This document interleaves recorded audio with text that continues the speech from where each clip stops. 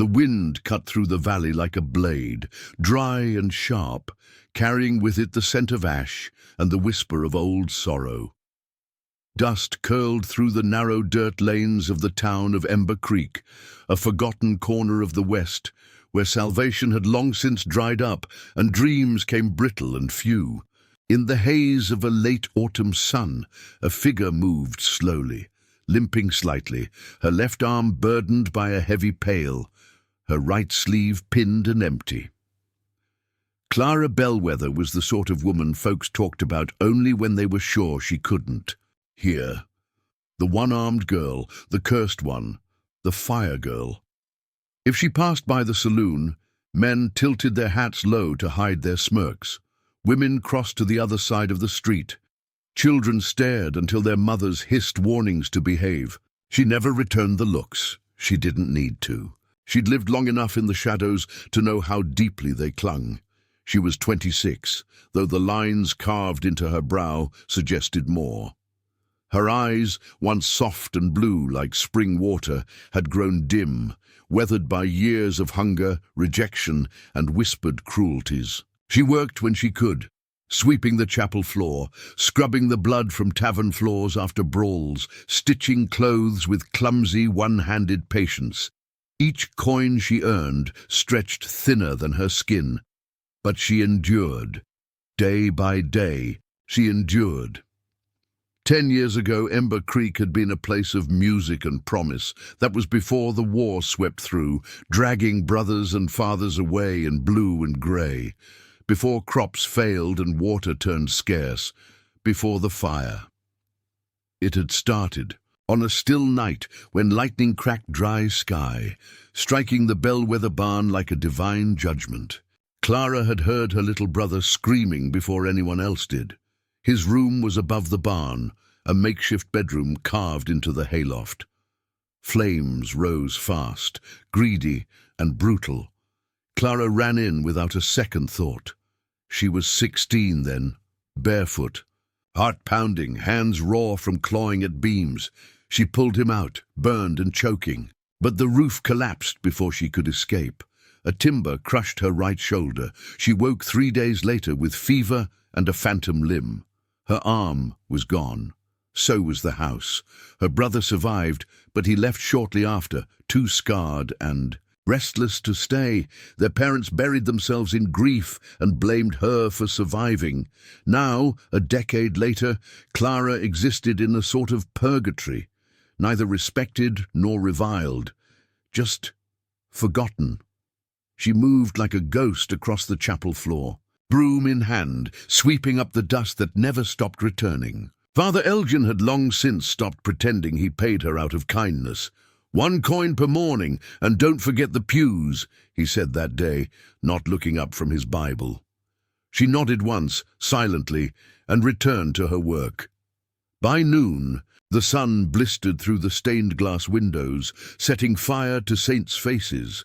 Clara wiped sweat from her brow and stepped outside, blinking against the light. The town square was stirring. A new rider had arrived, his horse dark and sleek, his coat a deep blue velvet that shimmered even in the dust. Women peeked from windows, men leaned from porches. New blood always drew attention. But this man, he wasn't like the drifters, who passed through with empty pockets and broken guns. He dismounted slowly, graceful as a man raised in carriages and tailored suits. His eyes scanned the town with practiced detachment, ice blue and calculating. When he looked at Clara, her breath caught. He didn't smirk, he didn't flinch. He nodded once, respectfully. She lowered her gaze and turned away, heart pounding for reasons she couldn't name. Later that evening, she sat outside her cabin, no more than a shack pressed into the hillside, watching the sun bleed into the horizon. Her left hand ached, always did in the cold. She remembered a time when she dreamt of leaving Ember Creek, maybe finding work in a larger town, maybe even marriage. But after the fire, those dreams had withered like the crops on her family's land. No man had ever looked at her with more than pity. No one had touched her hand in kindness for years. No one Except she shook the thought away and stood to gather wood. The path behind her cabin led into a gully where dead branches collected like bones. It was steep and narrow, and shadows always settled there too early in the day. As she crouched to pick up a log, a growl split the silence. She turned slowly. A feral dog, its ribs sharp against its matted coat, stood 10 feet away, eyes glowing with hunger. It took a step forward, lips curling back to reveal yellow teeth. She froze, heart thundering. The dog lunged. Clara fell backwards, scrambling with her left hand. The world narrowed to fangs and fur. She kicked out, caught its chest, but it came again. She reached for a rock, any rock, and found one. As the dog lunged, she swung with all her strength. Crack! The beast yelped and crumpled. Blood splattered her skirt. It didn't move again. Breathing hard, Clara stared at the animal's broken skull. Her whole body shook, but she stood. She had survived again. Just as she always had. She dragged herself back to the cabin, clothes torn, cheek bleeding. She wrapped the wound with an old cloth and sat by her unlit hearth, staring into nothing. The next morning, she returned to the chapel with bruises blooming under her collar. Father Elgin noticed, but said nothing. That was the way of Ember Creek. People suffered quietly or not at all. After her chores, she exited the chapel and nearly collided with him. The man in velvet. "Apologies," he said, voice smooth, clipped with eastern edges. "Didn't see you there." Clara stepped back. "My fault." His gaze dropped to her arm, not out of disgust, but as if measuring her. "You're Clara Bellwether?" Her mouth went dry. "Yes. I'm Elias Thorne, new to Ember Creek." She gave a nod. "It's a quiet town, so I've noticed." He paused. "May I walk you back?" She stared at him uncertain. Men didn't offer her kindness. Not unless they wanted something, or worse, to mock her. But his face was unreadable. "I'm fine. I don't doubt that." His smile was gentle. "Still, I'd feel better." They walked in silence. He asked nothing. She offered nothing. But when they reached her cabin, he looked at the battered wood, the sagging roof, and said, "You live here alone?" "Yes." He nodded once, then tipped his hat. "You have a strength most people envy. That's rare." She watched him walk, away, unsure if she'd imagined it. In the days that followed, Elias Thorne became something of a puzzle to the townsfolk. He bought supplies but asked few questions. He drank only water in the saloon. He had a wealth to him, his boots polished, his accent fine. But no one knew why he was there. Some said he was scouting land for purchase. Others guessed he was fleeing something. No one dared ask. Clara saw him now and then, at the general store near the chapel, once even by the creek. He always acknowledged her with a nod or a smile. Never more. Never less, until the 5th day. She was washing blood from the chapel floor. Some drunk had lost a tooth in a fistfight the night before, when Elias stepped inside. "I've a question for you," he said, voice steady, eyes on hers. She straightened, slowly. "All right. Will you have supper with me?" The broom slipped from her hand. He didn't flinch. "I cook poorly, but I own a pan. And I have questions I'd like to ask you, over something warm." Clara stared at him, silent. She felt the eyes of the world pressing in, though no one else was in the room. "Why?" His reply was quiet. "Because I want to know the story behind those eyes, and because no one else in this town would think to ask." She said nothing, but her heart beat like thunder. That night, she didn't eat supper with him. But she lit a fire in her hearth and watched its flicker long into the dark, wondering what kind of man sought company in the forgotten. She hadn't smiled in years, but a corner of her lips tugged, soft and uncertain. The wind howled outside. Somewhere in the distance, wolves cried to a starless sky. But inside, for the first time in a long time, Clara did not feel entirely alone. And though she didn't know it yet, The story she'd thought was over was only just beginning. Elias Thorne did not fit in Ember Creek, and everyone knew it. He walked with the calm precision of a man who'd never known desperation.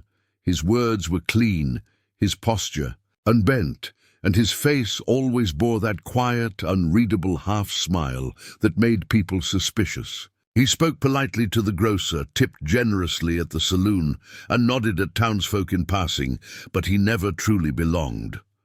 The town whispered behind his back, speculations fluttering like loose shutters in a storm. Some said he was a northern spy sent to scout Confederate sympathizers. Others swore he was the disowned son of a rail baron escaping scandal. The more practical suspected he was a man with blood on his hands, hiding in the plainest place. Clara didn't ask him anything. She didn't dare. But Elias kept showing up. A loaf of bread she'd left on the chapel stoop vanished one morning, and in its place was a jar of peach preserves she couldn't afford. A week later, he helped her lift a fallen beam behind her cabin during a windstorm. No comment on her strength, no awkward glance at the empty sleeve. Just effort, shared wordlessly, as if it were the most natural thing in the world. He never lingered, never pried. And slowly, Clara found herself anticipating the sound of his boots in gravel. It happened on a Sunday. The air was thick with dust and the scent of dried wheat. Clara had just finished sweeping the last of the chapel floor when she stepped outside, into the morning sun, and found Elias standing there, waiting, hat in hand. He looked at her as though he'd been rehearsing what to say. "I want to marry you." She blinked. Sunlight burned in her eyes. She didn't move, didn't breathe. Say again. He didn't laugh, didn't backpedal. "I want to marry you, Clara." "Why?" The word came out harsh, shaped by disbelief. "More than suspicion. You've hardly spoken more than 10 words to me." "That's not true," he replied calmly. "You've spoken plenty with silence, with how you carry yourself, with how you fight when there's no one left to see it." She stared at him, unsure if he was mocking her or worse, pitying her. "You don't know me." "I know enough." "No, you don't." Her voice trembled now, angry and raw. "You don't know that I wake up every morning still smelling smoke, that I forget sometimes that I have no right arm and reach for things I'll never touch again, that I haven't been touched by another person without flinching in 10 years. You don't know how the town looks at me like I'm a ghost they forgot to bury." Elias didn't move. "You're right, I don't know all of that." His voice remained steady but softer. "But I'd like to, if you'd let me." "You're mad," she muttered, taking a step back. "Maybe," he said, "but even madmen can love." "Love?" she scoffed. "You don't even know my favorite." "Color." "It's brown," he answered immediately. "The color of worn leather, of the riverbank clay after a storm. The color of survival, like your boots, like your eyes when the sun hits them." The silence that followed stretched long and tight between them. "I'm not a charity," she whispered, voice breaking. "I'm not a savior," he answered. "Just a man, asking a question." She didn't give him an answer. She walked away. That night, Clara sat on her porch long after the stars came out, watching the moths gather around her single lantern. She replayed his words again and again, trying to find the lie in them, the hook. There had to be one. No man asked to marry the one-armed outcast of Ember Creek unless he had something to gain or something to hide.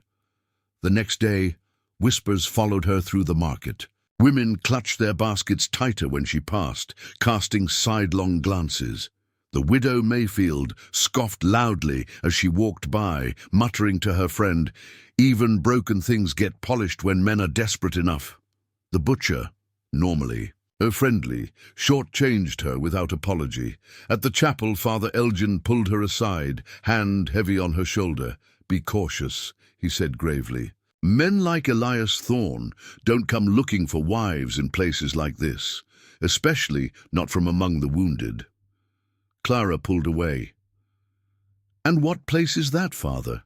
Among the forgotten?" "I only meant I know exactly what you meant." She didn't cry. She hadn't for years. But something twisted inside her, a coldness born not of anger, but of fatigue. The second proposal came 3 days later. He found her by the creek, washing clothes on the flat rocks with her left hand, struggling to wring out the water. He crouched beside her, silent for a time, then offered his hand. She refused it. "You could say no," he said, "and I would go. I wouldn't ask again." Clara looked at him. For the first time she saw something behind his polished manner, a flicker of weariness, not the kind that came from a day's ride, but something deeper, worn edges hidden behind pressed collars. "What do you want from me?" she asked again, voice low. "Something real," he said. "I've had enough of things that break under scrutiny. They married at sunrise. No church bells, no guests, just the two of them, standing beneath the pale morning sky, while Father Elgin read from a leather-bound Bible. Clara wore a dress, borrowed from the widow Mayfield's attic, yellowed lace and mended seams. Her empty sleeve was pinned with care. Elias wore the same velvet coat he'd ridden into town with. When the vows were spoken, he reached for her hand, her one hand, and held it gently. No kiss, just a promise.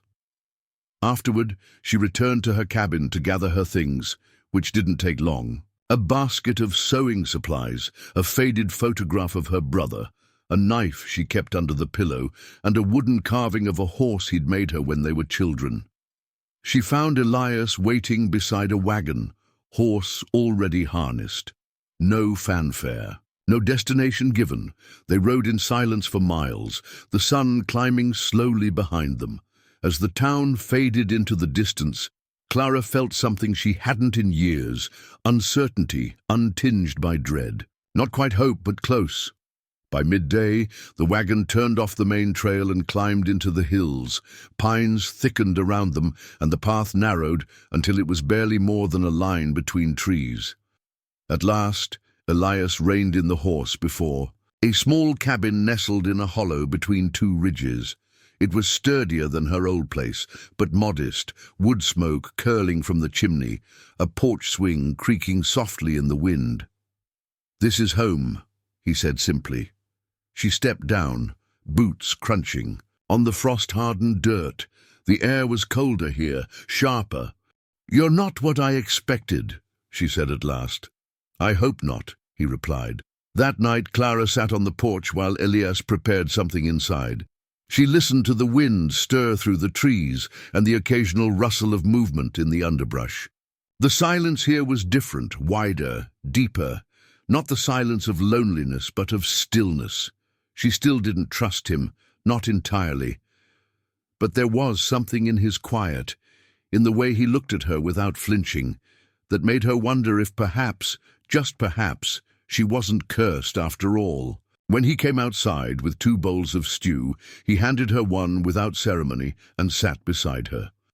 They ate in silence. After a while he asked, "Do you believe in redemption?" She considered. "I believe in endurance.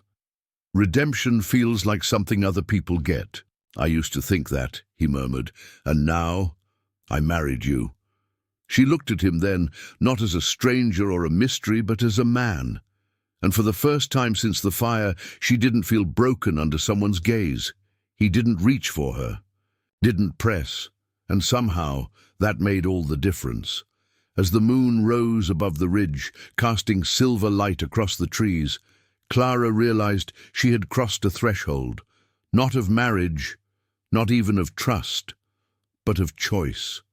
She had chosen this, and something in her, buried deep beneath scars and silence, hoped it had been the right one. It didn't happen all at once, but like snow melting beneath the slow rise of spring, Clara began to trust Elias. They settled into a quiet rhythm, mornings spent tending the land, afternoons gathering wood or mending the fence, evenings by the fire sharing meals, and the kind of silence that held comfort instead of distance. He never forced conversation, but listened when she spoke, even if it was only about weather or wild herbs. He built a shelf one day, just low enough for her to reach easily with her left hand. He didn't say why. He didn't need to. Still, questions lived in the corners of her mind, like cobwebs left to gather in the beams of the cabin. She never asked what brought Elias to Ember Creek, or why a man of wealth and refinement would choose to marry a scarred woman from the edges of society. But the unease lingered. It whispered at her when the wind was still, when his gaze lingered. Too long on the horizon, when he woke at night breathing hard, sweat clinging to his brow. One morning, she found him at the edge of their land, rifle slung across his back, eyes locked on something deep in the forest. He didn't hear her approach, not until she stepped on a brittle twig. He turned fast, too fast, hand darting toward his hip where no weapon rested. "It's me," she said quickly, lifting her hand. He relaxed, but only slightly. His eyes scanned the trees once more before turning to her. "Tracks," he muttered. "Not deer." "Wolves," she guessed. Maybe, maybe not. She didn't press. But that night, he cleaned his rifle twice, and when he lay beside her, his body stayed stiff, alert beneath the quilt. 3 nights later, they heard the howls. They rose from the forest with a desperation that made Clara's skin prickle. Not the primal cries of wild beasts, but the sharp human kind, pain and fear threaded together. Elias was already up, pulling on his coat. "You're not going out there," she said, sitting upright. "I have to. What if it's a trap?" He looked at her then, a flicker of surprise behind his calm. "You think like a soldier." "I think like someone who's survived." He paused, then offered the faintest nod. "Stay inside, lock the door." She watched him disappear into the darkness, lantern in hand, rifle slung over his shoulder like an old friend. She did as he asked, bolted the door, shuttered the windows, but her heart thundered against her ribs. The howls fell quiet not long after, then came silence, a different kind, heavy, expectant. When Elias returned, his face was drawn, pale. She opened the door before he could knock. He was dragging someone, no, carrying, half slumped against him. Blood soaked the man's shirt. His face was swollen, eyes barely open. Clara stepped back instinctively. "Who is he?" "Name's Josiah," Elias said. "Caught in a bear trap. God knows who left it out there." She looked down at the stranger, dark-skinned, barely conscious. His wrists bore rope burns. Elias saw her hesitation and said quietly, "He's not a threat." She nodded, then moved aside. For the next 3 days, the stranger hovered between life and death. Clara cleaned his wounds, crushed herbs for fever, and fed him broth by the spoonful. Elias barely slept. He sat near the hearth, always watching the door, his jaw clenched tighter with every passing hour. When Josiah finally stirred, his first word was a rasped, "Water." Clara helped him sit, gently lifting the cup to his lips. "You're safe," she whispered. He blinked slowly, gaze shifting to Elias, then back to her. "You the one married to him?" She nodded. A dry smile cracked his face. Didn't think he had it in him. That night, Elias explained everything. He'd once worked for a powerful family back east, managing freight and land holdings. On the surface. Beneath that, he ran messages. During the war, not for the Union, not for the Confederacy. For whoever paid the most to keep secrets moving. One of those secrets cost lives, Josiah's brother among them. "I betrayed a cause I never believed in," Elias said, voice low. "And when I stopped running, they wanted me dead." Clara sat very still, arms wrapped around her knees, her body curled on the floor beside the fire. "Why come here?" He didn't answer at first. Then, "Because no one would think to look for a man like me in a place like this, and because when I saw you, I knew you understood what it meant to lose everything and still keep going." Josiah recovered slowly. He never said much about how he'd ended up in the trap, but Clara pieced together enough. He'd been hunted, men paid to erase the past, hired by the same families Elias had once served. Josiah had run west, thinking he could outdistance. Ghosts, But the past had longer legs than most. Despite the tension, a quiet bond grew between them. Clara noticed it in the way Josiah watched her sew with one hand, offering silent admiration, in the way he and Elias never spoke about the war, but shared long silences that said more than words could. The three of them formed a kind of uneasy fellowship, scarred, hunted, but breathing. Then the riders came. It was dusk when Clara heard them, hooves pounding the frostbitten earth fast and hard. She stood at the edge of the porch, eyes narrowing toward the trail. Elias was already at her side. Inside, now! She didn't argue. Josiah pulled a pistol from under his coat and limped toward the window, face set in grim determination. 5. Riders appeared from the trees. Shadows stretched long behind them. Their faces were wrapped in scarves, but their posture gave them away. Men used to violence, their hands always near the trigger. The one in front dismounted first. A tall man in a dark duster, boots polished, eyes like splinters. "We're looking for Elias Thorne," he called. No pretense, no subtlety. Elias stepped forward. "You've found him." The man grinned beneath his scarf. "And here I thought you'd make us work for it." Clara's stomach turned. She glanced at Josiah, who gave a small shake of his head. "Not yet." "What do you want?" Elias asked. "You know what we want," the man said. "You've got something that don't belong to you. Or maybe you just know too much. Either way, our employer's eager to see you gone." Clara saw the shift in Elias's shoulders, the way his fingers flexed. He was calculating, measuring odds. The man took a step forward. "Last chance. Walk away. Leave the woman. Leave the cripple. Come clean." Elias said nothing. Then, without warning, the leader raised his hand. Gunfire exploded. Clara dove, instinct taking over. Josiah fired from the window, dropping one rider.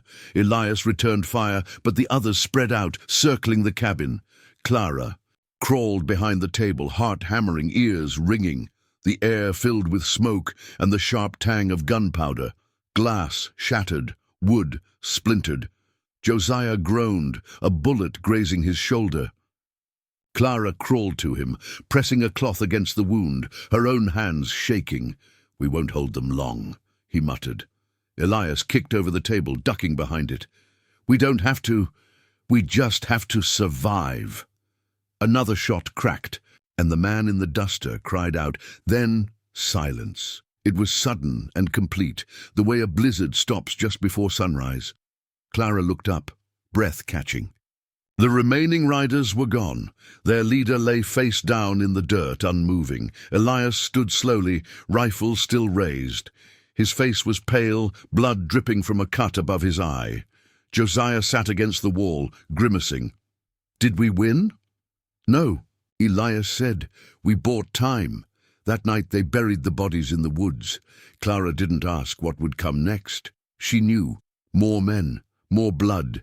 The past was not done with them, but as she sat beside Elias in the quiet afterward, her hand found his. They said nothing. There was no need. The days that followed the attack were steeped in a tense quiet. Elias, Clara, and Josiah knew that the men they'd confronted were merely the harbingers of a larger storm. The silence between them was not one of peace, but preparation. Each day they fortified the homestead a little more. Elias laid traps beyond the tree line, repurposing parts from broken rifles and worn-out tools. Josiah, still recovering, cleaned weapons with meticulous focus, whispering to himself the names of fallen brothers. Clara, though silent, was a force unto herself. Her presence sharp as steel, her left hand now more skillful than most people's dominant. Each night they slept in shifts, and when they did sleep, it was shallow and fleeting. The air itself seemed to carry the weight of inevitability. Then one morning, as Clara stepped out to fetch water from the creek, she saw it, a hawk's feather, blood red, lying on the wooden step like a warning. She called for Elias. He emerged from the barn, wiping his hands on his shirt. The moment he saw it, his face hardened. "That's no accident," he said. "Who?" she asked, though she already knew.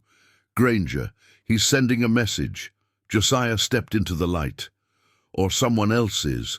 Could be they're not just after Elias anymore. That night, they sat around the fire inside the cabin, the flames casting flickering shadows against the walls. The smell of smoke clung to everything. Blankets, skin, breath. Outside, wind scratched the trees like restless ghosts. "We can't stay here," Josiah said finally. "If we wait for them, they'll burn this place to the ground with us in it." Elias looked down at the maps he'd drawn from memory. Old trade routes, hidden ravines, places no one ventured anymore. "There's a pass north," he said, "abandoned during the war. No roads, no patrols. If we move fast, we can draw them away from the valley. Maybe end it on our terms." "You want to lure them?" Clara asked. "I want to choose where. I bleed." And so they packed. The essentials: guns, powder, salted meat, water, rope. Clara wrapped her hand in thick leather for protection, her rifle strapped over her back. Josiah limped but refused assistance. They left before sunrise, silent as ghosts. The trail was narrow and steep. Snow still clung to the crevices, and the wind cut like glass. Each step was measured, deliberate. They made camp at a ridge overlooking the gorge, surrounded by boulders and thick pines, a place with only one approach. A place to make a stand. 2 days passed. They waited. Then on the third day, just before dusk, the sound came. Hoofbeats, distant at first, then closer. Dozens. Elias crouched near the edge of the ridge, watching as the first men emerged from the woods. Riders in dark coats, rifles slung across their backs, some with red feathers tied to their saddles. Granger wasn't among them, but his mark was. "They'll wait till dark," Josiah whispered. "Use the trees. Try to flank. Hold them here," Elias said. The sun dropped, the cold set in. Then came the first shot, a warning. A crack that echoed through the gorge like thunder. Then chaos. Figures burst from the woods. Gunfire erupted from both sides. Clara dropped to one knee behind a fallen log and fired, her breath steady, aim sure. Elias flanked left, cutting off. A path between two outcroppings.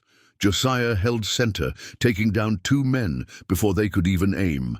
Sparks lit the dark. Smoke filled the air. One of the attackers charged Clara directly, a blade in hand.